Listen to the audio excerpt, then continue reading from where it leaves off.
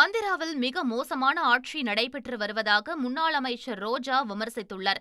திருவண்ணாமலை அண்ணாமலையார் கோவிலில் ஆந்திர முன்னாள் விளையாட்டுத்துறை அமைச்சரும் நடிகையுமான ரோஜா சுவாமி தரிசனம் செய்தார்.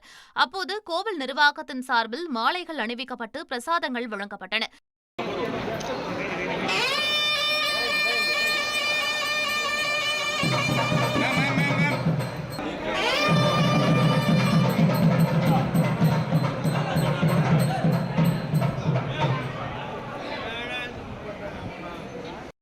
இதனையடுத்து செய்தியாளர்களை சந்தித்த அவர், ஆந்திராவில் சந்திரபாபு நாயுடுவின் ஆட்சியை விமர்சித்தார்.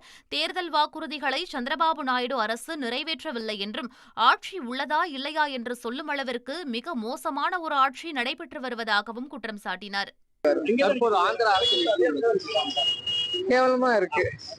எலெக்ஷன் முன்னாடி ஜனங்களுக்கு ஜெகன்மோகன் ரெட்டி செய்யறது கொடுத்துட்டு அதுக்கு மேல சூப்பர் 6 கொடுக்கிறோம், 143 மேனிஃபெஸ்டோல இருக்கிற எல்லாமே கொடுக்கிறோம் சொன்னாங்க. ஆனா இன்னைக்கு பென்ஷன் கொடுக்கறாங்க, பாதி பேருக்கு கொடுத்து பாதி பேருக்கு எடுத்துட்டாங்க, மத்த எதுவுமே கொடுக்கல. ஸோ 1 இயர் முடிய போகுது. ஸ்டேட்ல கவர்மெண்ட் இருக்கா இல்லைன்னு தெரியல. அப்போசிஷன் லீடர்ஸ் மேல கேஸ் வச்சு உள்ள வைக்கிறது வேலையா வச்சிருக்காங்க தவிர ஜனங்களுக்கு கொடுத்த வாக்கு செய்யணுங்கிறது யாருமே இல்லை. நீங்க பார்த்தாலும் தெரியும், உங்களுக்கு யாராவது தெரிஞ்சவங்க இருந்தா கேட்டுக்க.